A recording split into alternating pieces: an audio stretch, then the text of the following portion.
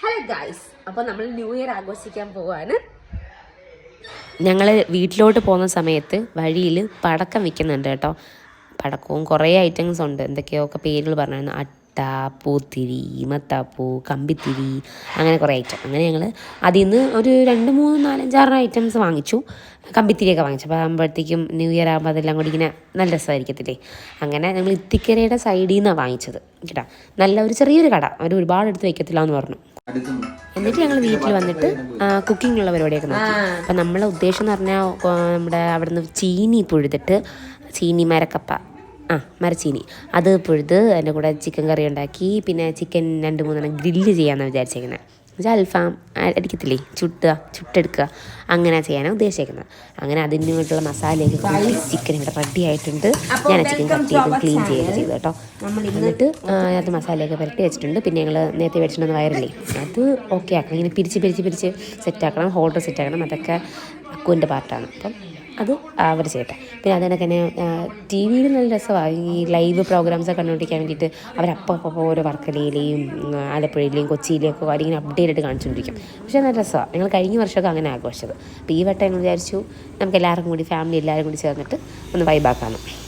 പിന്നെ ഫാമിലിയായിട്ട് ആഘോഷിക്കുമ്പോൾ കുറച്ചും കൂടി ഒരു സന്തോഷം കിട്ടും. ഇപ്പം നമ്മൾ പ്രോഗ്രാംസിന് എവിടെയെങ്കിലും പോകുന്നെങ്കിൽ നല്ലതാണ്, എനിക്കിഷ്ടമാണ് അങ്ങനെ പോകാൻ. പക്ഷേ അതിനേക്കായി നമുക്കറിയാവുന്ന ആൾക്കാരും അവരുടെ സന്തോഷവും നമ്മുടെ ആ ഒരു അടുത്ത വർഷത്തിലേക്കും എല്ലാവരും ഒരുമിച്ച് കിടക്കുമ്പം അത് നല്ലൊരു ഫീലിംഗ് അല്ലേ. അപ്പം അങ്ങനെ ചെയ്യാമെന്ന് തന്നെ ഈ വർഷം വിചാരിച്ചത്. അതിന് വേണ്ടിയിട്ട് ഞങ്ങളുടെ ചെറിയ വീടും കുറച്ച് സ്ഥലവും ഉണ്ട്.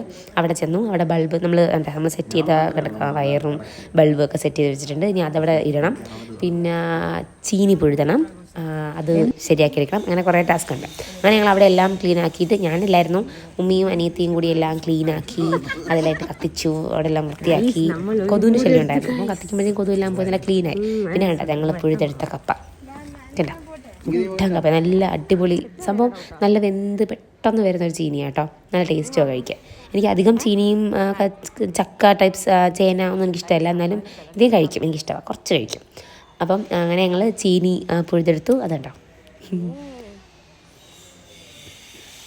അത് ഞങ്ങൾ വെട്ടി സെറ്റാക്കിയിട്ടുണ്ട്.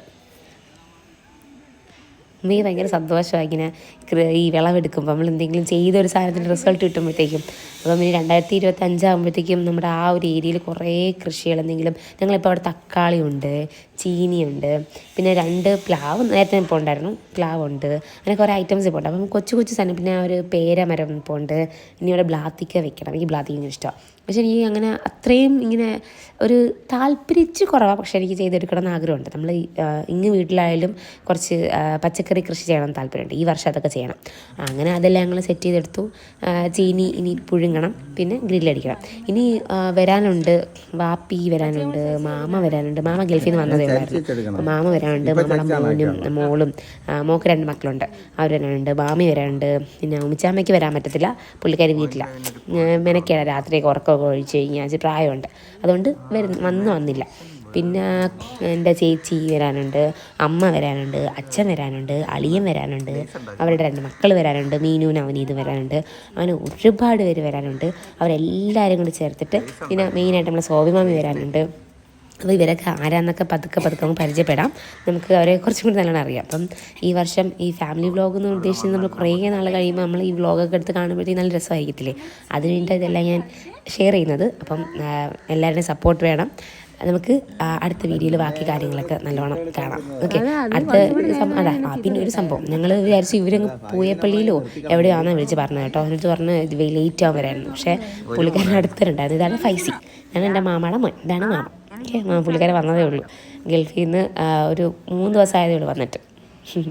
ഓക്കെ, അപ്പോൾ നമുക്ക് അടുത്ത വീഡിയോയിൽ ബാക്കി ഡീറ്റെയിൽസ് അറിയാം, ബാക്കി കാര്യങ്ങൾ അറിയാം. അപ്പോൾ എൻ്റെ ചാനൽ ഇഷ്ടപ്പെട്ടവർ സബ്സ്ക്രൈബ് ചെയ്യുക, ലൈക്ക് ചെയ്യുക, കമൻറ്റ് ചെയ്യുക. നിങ്ങൾ എന്തെങ്കിലും അഭിപ്രായങ്ങളൊക്കെ